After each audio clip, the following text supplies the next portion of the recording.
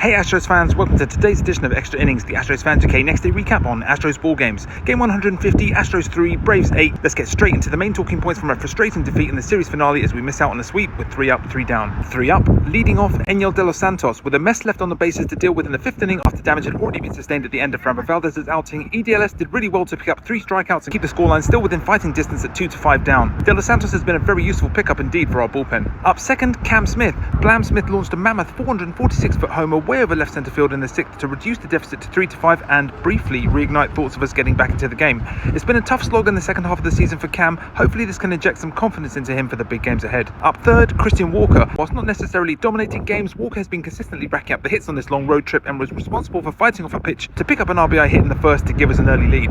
3 down, first out, Framber Valdez. Unfortunately, the critical turning point in the game came in the bottom of the 5th as Framber, after having dealt a 6-pitch 1-2-3 inning in the 4th, completely fell to pieces, and the mounting series of problems was entirely of his own making. Aside from an early solo homer given up, Framber had looked largely in control versus the Braves, with the only other run up to that point scoring on an error by Mauricio Dumont at second. However, in the 5th, Framber gave up 3 straight walks to Jurickson Profar, Matt Olson and Ronald Acuna Jr. to load the bases with no outs. We've seen Framber pull off many a Houdini act over the years to escape perilous jams with his brilliant ground ball inducing abilities, but it wasn't the case here as he ended up conceding 3 runs on 2 hits to put us 2-5 down, with him then being removed from the game and is unable to recover the deficit. Framber was magnificent in the first half of the season with a run of 13 superb outings, but ever since that rocky display versus the Red Sox, he's been a shadow of his best and seems to have lost confidence in his main weapon, the curveball.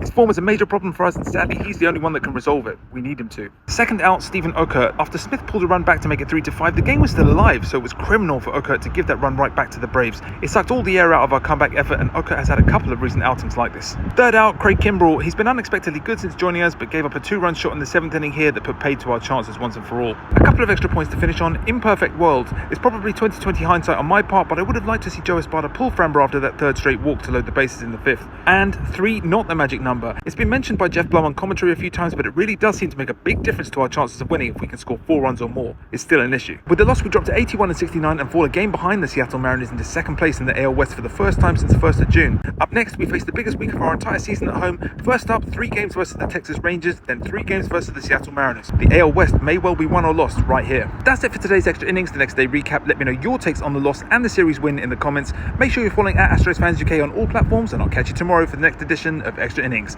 Go Stros!